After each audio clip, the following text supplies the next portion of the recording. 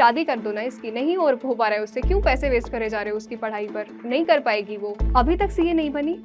2012 से कर रही थी ये तो, 2019 आ गया है, 7 साल हो गए हैं। लाइफ में अगर मैं एक बार क्विट करना सीख लिया तो मेरे लिए फिर क्विट करना आसान हो जाएगा। मैं शायद नई चीज़ में जाकर भी एडजस्ट करने की बजाय सोचूंगी कि छोड़ देते हैं ना, ये नहीं हो रहा, कुछ और करते हैं। और इस नए गेन जोश के साथ मैंने अपना एग्जाम दिया नवंबर 2019 में। मैं एक ग्रुप में एक सब्जेक्ट में फेल हो गई थी, तो मेरा एक ही ग्रुप पास हो पाया और एक रह गया। मैं अपने हाथ में ऑलमोस्ट नाइफ लेकर बैठी हुई थी कि खत्म करती हूँ, मतलब मैं फेडअप हो चुकी थी इस चीज़ से कि मैं कहाँ फंस गई हूँ, कैसे इससे बाहर आऊँगी। शुरू करते हैं थोड़ा शुरू से। तो मेरा स्कूल का बैकग्राउंड ऐसा है कि स्टार्टिंग से ही I was not so good student in studies. तो जैसे 12th स्टैंडर्ड आया तो एक हाइप क्रिएट रहता है सोसाइटी में कि बोर्ड के एग्जाम्स हैं, तो उसका मैं स्टार्टिंग से ही सुनते सुनते इतना मेंटल प्रेशर लेने लगी कि जैसे ही बोर्ड्स पास आए मेरी प्रिपरेशन बिल्कुल मेसअप हो गई। आई अपीयर्ड फॉर मैथ्स का exam and I messed up in paper. The moment I came back I knew कि शायद मैं इसमें पास भी नहीं होने वाली हूँ।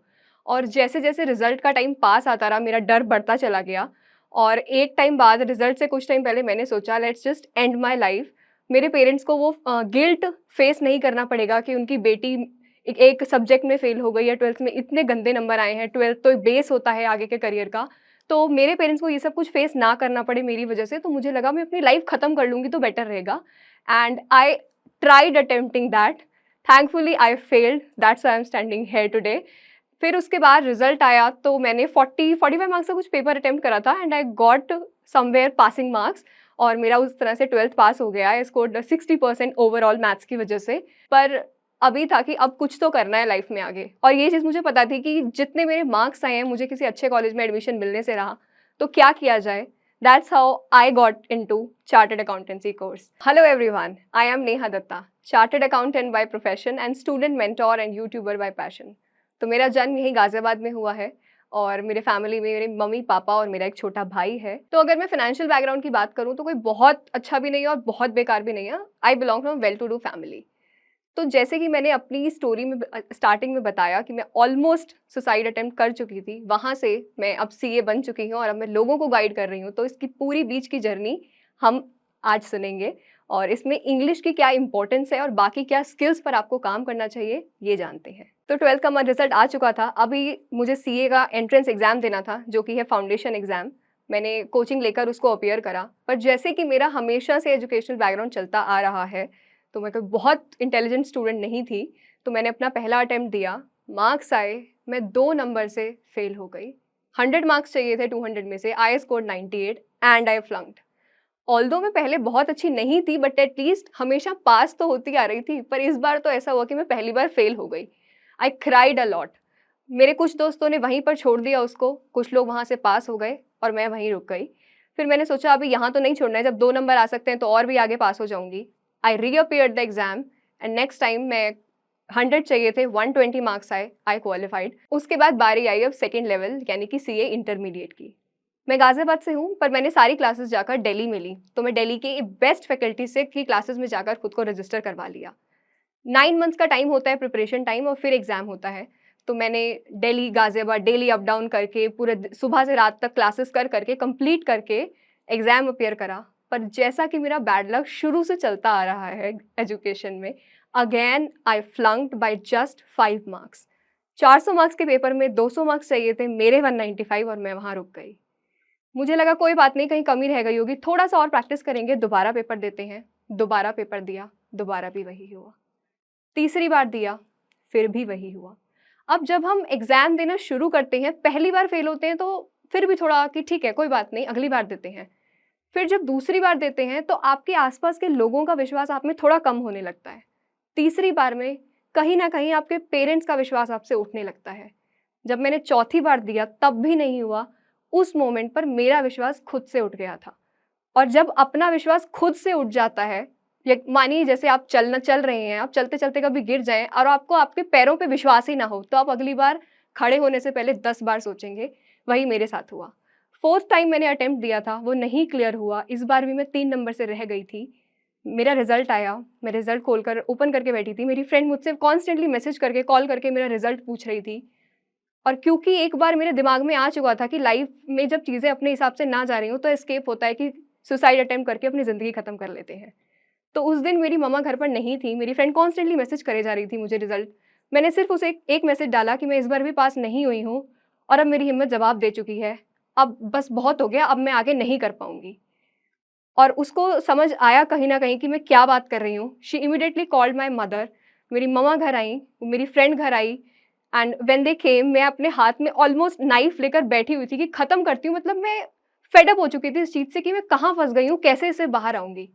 पर फिर मेरी मम्मा ने मुझे कहा कि अगर तू खुद पर विश्वास नहीं करेगी ना, तो भगवान भी आ जाएँ, वो तेरी मदद नहीं कर पाएँगे। तो अब बारी थी 5th टाइम वापस से हिम्मत जुटा के फिर से पढ़ाई करने की। तो मैंने अपनी कुछ गलतियाँ पीछे देखी जो मैंने करी थी कि मेरे कुछ रिविज़न्स में कमी हो रही थी कि शायद मैं चीज़ें जानती हूँ, पर मैं उन्हें अच्छे से लिख नहीं पा रही हूँ। तो इस तरह से मैंने कुछ चीज़ें सुधार कर, रिविज़न ज़्यादा करके और इस बार खुद पर थोड़ा विश्वास करके वापस से चीज़ें करी और मैं उस एग्ज़ाम में पास हो गई। अब सीए इंटरमीडिएट में 2 ग्रुप होते हैं, एक ग्रुप मेरा पास हो चुका था। अब बारी थी कहीं ट्रेनिंग करने की जो कि 3 साल का आर्टिकलशिप का पीरियड होता है। अब मैं जानती थी कि जिस तरह के मेरे मार्क्स हैं मुझे बहुत अच्छी फर्म में नहीं मिलेगी आर्टिकलशिप, तो मैंने गाज़ियाबाद में ही रेफ़रेंस से एक सीए फर्म जॉइन कर ली। वहाँ जाके मैंने काम सीखा, people were good, I got a very good environment. अब बारी थी सेकंड ग्रुप को देने की, जो मैं फर्स्ट ग्रुप के साथ-साथ देती हुई आ रही थी, पर वो फिर भी कहीं न कहीं कुछ मार्क्स से रुक रहा था। फिर मैंने दिया 6 टाइम वो ग्रुप 2, वो क्लियर नहीं हुआ। फिर 7 टाइम दिया, वही कुछ गलतियाँ सुधार कर, कुछ और कोचिंग क्लासेस लेकर, तो फाइनली मेरा ग्रुप 2 क्लियर हो गया और अब मैं सीए इंटरमीडिएट क्लियर करके फाइनल की लाइन में आ गई थी। अब जब मैंने अपनी सीए फाइनल की जर्नी स्टार्ट करी और जब मैंने क्लासेस जॉइन करी सीए फाइनल की, क्योंकि सीए इंटर तक तो मैं थोड़ा घर पर ही खुद पढ़ ली, क्योंकि मैंने 2012 से अपनी सीए की जर्नी शुरू करी थी। 2012 से मैं अब आ चुकी थी 2016-17 में। 2000 बीच में इतने साल, 4 साल निकल गए बीच में मुझे अटेम्प्ट पे अटेम्प्ट देते हुए। और अब तक क्या होता था स्कूल में, I was always the youngest person in the room. मेरे पेरेंट्स बहुत प्राइड से बताते थे कि इसने तो नर्सरी भी नहीं करी है, इसने डायरेक्ट केजी से पढ़ाई करनी शुरू करी थी। तो जब मैं 12th में भी थी तो मैं सबसे 2 साल छोटी थी क्लास में, या 1 साल छोटी थी।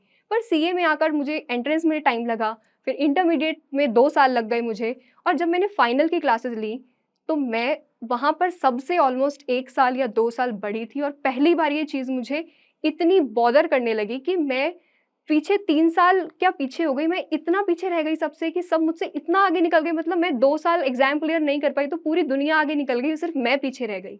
वो ऐसी फीलिंग थी और मुझसे बिल्कुल टॉलरेट नहीं हो रहा था कि ऐसा मेरे साथ कैसे हो रहा है। उस टाइम पर फिर वहाँ मेरे कुछ दोस्त बने। एक दिन किसी ने मज़ाक में बोल दिया कि अब तो हम तुझे दीदी बोला करेंगे, क्योंकि तू हमसे 2 साल बड़ी है।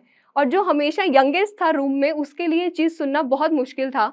और ये चीज़ मुझे फिर धीरे-धीरे इतना इम्पैक्ट करती गई कि मेरी क्लास में जब लोग बैठकर आराम से पढ़ रहे होते थे, मेरे दिमाग में ये चलता था कि मैं पीछे रह गई हूँ, मैं पीछे रह गई हूँ। इस चक्कर में जो मैं क्लास में पढ़ती थी, मैं उसको भी नहीं समझ पा रही थी।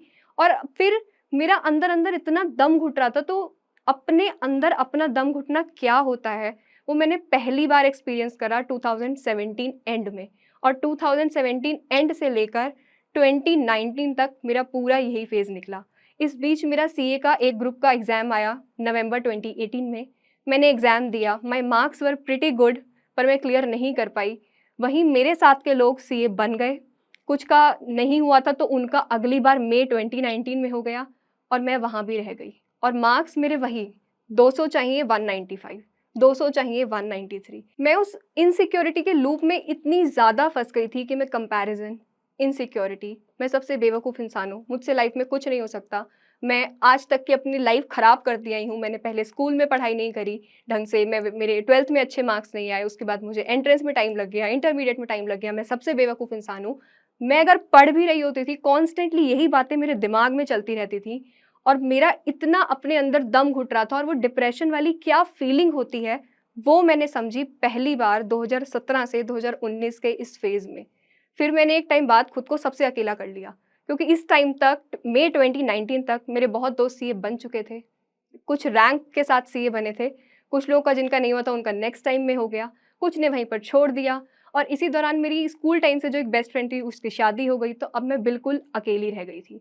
मैंने अपने सारे सोशल मीडिया अकाउंट बंद कर दिए, रिश्तेदारों से मिलना बंद कर दिया, क्योंकि जिसकी भी नज़रें मुझे देखती थी मुझे लगता था ये अपनी नज़रों से मुझसे मेरा रिज़ल्ट पूछ रहे हैं।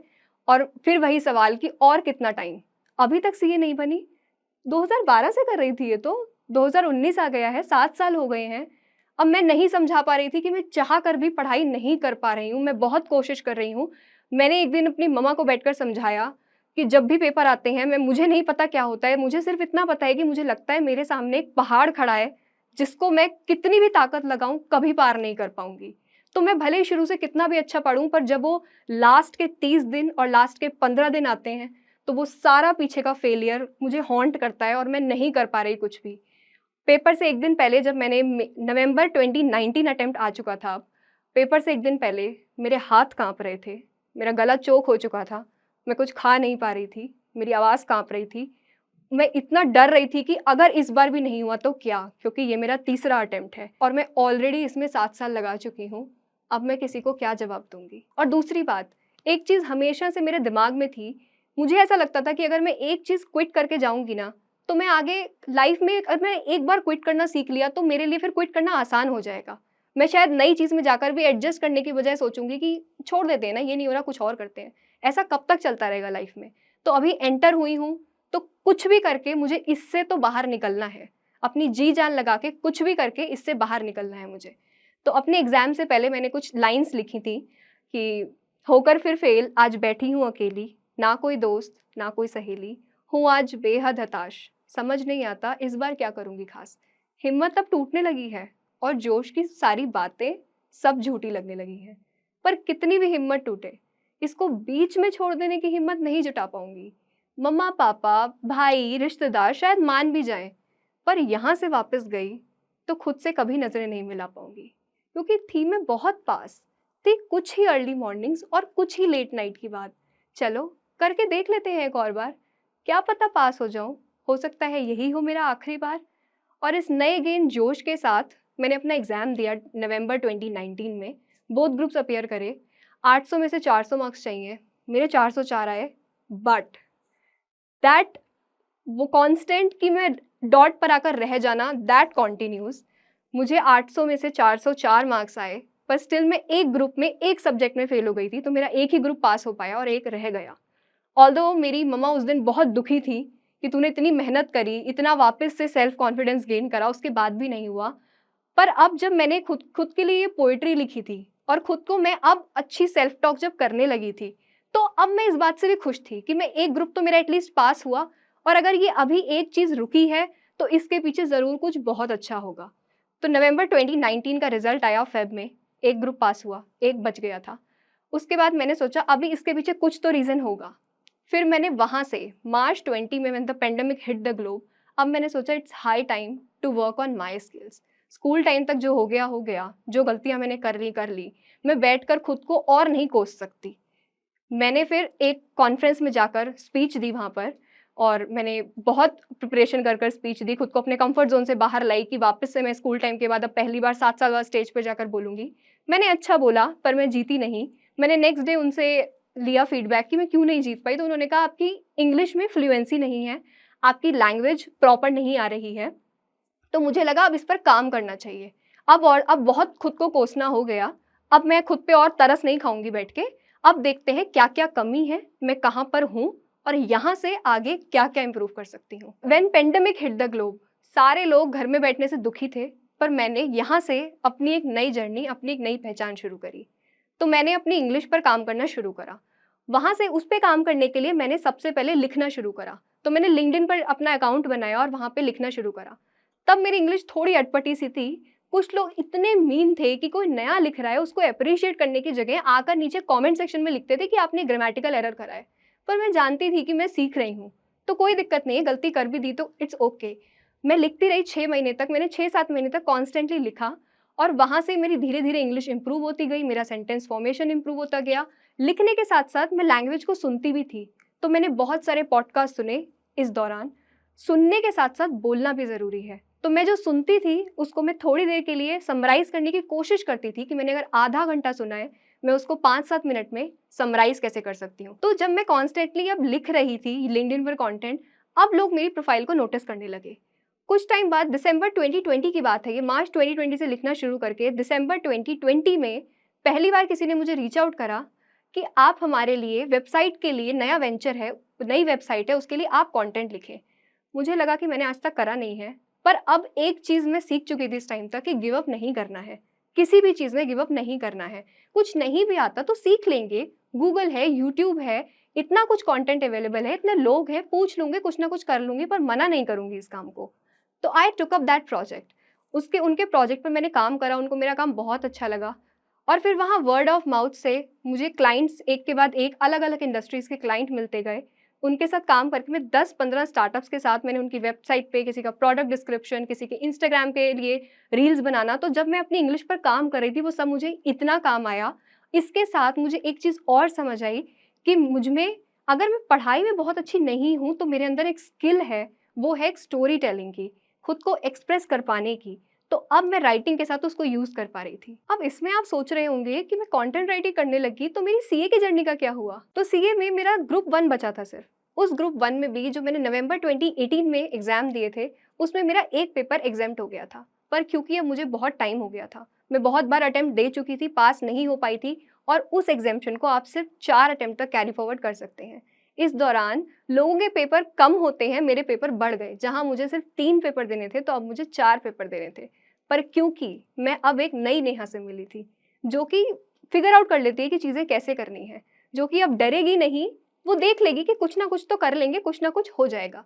तो मेरे पास 2-3 महीने का टाइम था प्रिपरेशन का। मैंने अपना ऑफ़िस से लीव्स ली, मैंने पढ़ाई करी और अब मैंने सोच लिया था मैं अपना बेस्ट दूँगी और उसके बाद जो भी होगा मेरी लाइफ़ में, मैं उस फ्लो को एक्सेप्ट करूँगी कि जो कुछ भी हो रहा है, ये मेरे कुछ अच्छे के लिए हो रहा है और जो रिज़ल्ट आएगा मैं एक्सेप्ट करूँगी। तो इस बार निश्चिंती से मैं और खुशी-खुशी मैंने एग्ज़ाम दिए और जब आप खुश होकर कुछ काम करते हैं, तो उसका रिज़ल्ट बहुत अच्छा आता है and as a result I qualified as a chartered accountant in that attempt. 15 minute तक मैं सिर्फ रो रही थी। मैं रोते-रोते अपने पेरेंट्स के पास गई and I was just crying and I was saying मैं सीए बन गई, मैं सीए बन गई। उन्हें पहले लगा कि ये फेल हो गई क्या? इतना बुरी तरह तो फेल होने पर भी नहीं रोती है अब।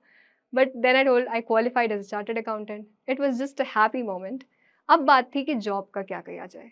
अभी मैं जानती थी कि जितने अटेम्प्ट मैं पीछे लगा कर आई हूँ, कोई अच्छी कंपनी मुझे कहाँ ही शॉर्टलिस्ट करेगी। तो कैंपस प्लेसमेंट के फॉर्म निकले। अभी मेरे सारे दोस्त कैंपस प्लेसमेंट का फॉर्म भर रहे थे। मुझे लगा क्यों ही भरना है? कोई इंसल्ट करके मेरा फ रिज़ मुझे एक्सेप्ट भी नहीं करेगा, तो मैं क्यों ही कैंपस प्लेसमेंट का फॉर्म भरूँ? But one of my friend told कि भर के देख ले फॉर्म, क्या हो जाएगा? ज़्यादा से ज़्यादा सेलेक्ट नहीं होगी।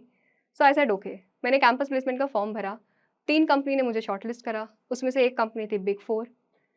मेरी खुशी की कोई सीमा नहीं थी कि बिग 4 ने मुझे शॉर्टलिस्ट कर लिया है। उसका इंटरव्यू था। अभी तक मैं समझ चुकी थी कि अगर टेक्निकल स्किल्स थोड़ी कम है, सॉफ्ट स्किल्स पीक पर होनी चाहिए। जितना आता है वो किसी को एक्सप्रेस कर पाना बहुत ज़रूरी है।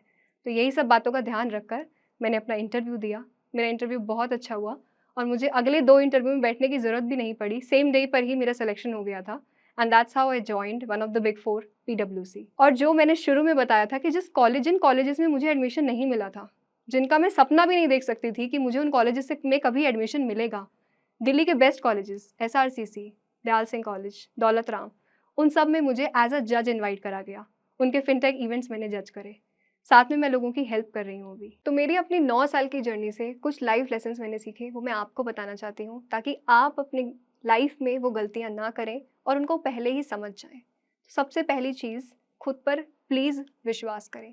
अगर आप खुद पर विश्वास नहीं करेंगे तो कोई और आप पर विश्वास नहीं करेगा। अगर आप किसी कुएँ में होते हैं तो आपको सबसे पहले खुद को कोशिश करनी है कि मैं बाहर निकाल लूँ वहाँ से। अगर आप पहला कदम नहीं बढ़ाएँगे तो कोई मदद करने नहीं आएगा। दूसरी चीज़, लाइफ में कभी भी गिव अप ना करें। कोशिश करते रहें। जो भी लाइफ में चीज़ें हो रही हैं वो हमें एक हमारा हायर सेल्फ है, उसकी तरफ ले जाने की जर्नी है पूरी। जो भी स्ट्रगल्स आते हैं, जो भी आप लाइफ में चीज़ें आपके हिसाब से जब नहीं जाती हैं, वो चीज़ें आपको कॉन्स्टेंटली कुछ सिखाना चाह रही है। मेरी 9 साल की जर्नी मुझे कॉन्स्टेंटली ये सिखा रही थी कि नेहा खुद पर विश्वास करो, अपने डिसीजंस पर विश्वास करो, जो मैं नहीं कर रही थी और उसकी वजह से मैं कॉन्स्टेंट वो फेलियर फेस कर रही थी। पर जब मैंने वो चीज़ें समझी जो ज़िंदगी मुझे सिखाना चाह रही है, वहाँ से चीज़ें बदलने लगी। तो आप अभी ये फिगर आउट करिए कि आप क्या गलतियाँ कर रहे हैं। उन गलतियों में ही आपको सॉल्यूशन मिलेगा। दूसरी चीज़, बहुत लोग मुझसे अभी भी पूछते हैं, क्या इंग्लिश आना ज़रूरी होता है? इंग्लिश अभी yes, it is a necessity. You need to know a particular language. क्यों ज़रूरी है? पहला, कुछ दिन पहले मैं बैंगलोर में थी। मैं कैब से जा रही थी। अब ड्राइवर को हिंदी नहीं आती थी। ड्राइवर को कन्नड़ आती थी और मुझे हिंदी। अब सोचिए अगर मुझे इंग्लिश नहीं आती होती या ड्राइवर को इंग्लिश नहीं आती होती तो हमारा कम्युनिकेशन करने का मीडियम क्या होता? हम दोनों को इंग्लिश आती थी तो मैं आराम से उनसे बात कर पाई, उन्हें चीज़ें समझा पाई। तो हम हमेशा खुद को सेल्फ रिजेक्ट करते रहते हैं। कोई लैंग्वेज सीखनी है, अरे हम कहाँ सीख पाएंगे, अरे हमसे कहाँ हो पाएगा। पर आप एक चीज़ देखिए, जब उस ड्राइवर तक को समझ आ गया है कि उसे लैंग्वेज सीखनी है और सीखी भी, he was speaking a pretty good English, तो जब वो ड्राइवर कर सकते हैं तो आप क्यों नहीं कर सकते? आप क्यों खुद को सेल्फ रिजेक्ट कर रहे हैं? तो आपको अपनी डे टू डे लाइफ में इंग्लिश आना ज़रूरी है। Now when it comes to your professional career, your professional life, तो बहुत लोगों को ऐसा मिथ होता है और ऐसा लगता है उनको कि बहुत बायस है सोसाइटी। एक लैंग्वेज को लेकर इतना बायस क्यों है? कोई बायस नहीं है। मैं मल्टीनेशनल कंपनी में काम कर रही हूँ, वहाँ बहुत सारे अलग अलग जगह से लोग आ रहे हैं जिनकी हो सकता है उनकी फर्स्ट लैंग्वेज हिंदी ना हो। अब मुझे हिंदी आती है सिर्फ, उन्हें अपने रीजन की लैंग्वेज आती है, तो हम बात कैसे करेंगे? सेम टीम में कम्युनिकेशन कैसे होगा? तो इंग्लिश वो लैंग्वेज है जिसमें हम सब बात कर पाते हैं, जो एक ऑर्गेनाइजेशन में लोगों को जोड़ती है। तो अगर आप किसी अच्छी जगह काम करना चाहते हैं तो इंग्लिश आना आपको ज़रूरी है। और आजकल बहुत सारे तरीके हैं जिससे आप इजीली इंग्लिश सीख सकते हैं। और ऐसा मत समझिएगा कि कोई एक गोली लाकर आपको दे देगा और आप अगले दिन उठेंगे बहुत अच्छी लैंग्वेज बोल रहे हैं। ये कांस्टेंट प्रैक्टिस से आती है। जब तक करेंगे नहीं तब तक होगा कैसे? तो आपको अपनी स्किल्स पे काम करना बहुत ज़रूरी है। लगता था शायद मैं आईएएस बन भी जाऊँ तो मुझे इंग्लिश शायद नहीं बोल पाऊँगा। मेरा नाम तबरेज़ आलम है और मैं बिहार से बिलोंग करता हूँ। प्रेजेंटली मैं दिल्ली में रह रहा हूँ और यूपीएससी का प्रिपरेशन कर रहा हूँ। इंग्लिश से तो बहुत डर लगता है क्योंकि मेरा इन्वायरमेंट ही नहीं है, तो इंग्लिश से डर लगेगा, ये नेचुरल है। तो मैंने जिस स्किल के बारे में सुना और जाकर उसे इंस्टॉल भी किया था और इंग्लिश स्पीकिंग कोर्स के लिए मैंने क्लास स्टार्ट कर दिया। So first of all, I would like to thank Josh Skill who really helped me a lot to improve my communication skill. Thank you, Josh.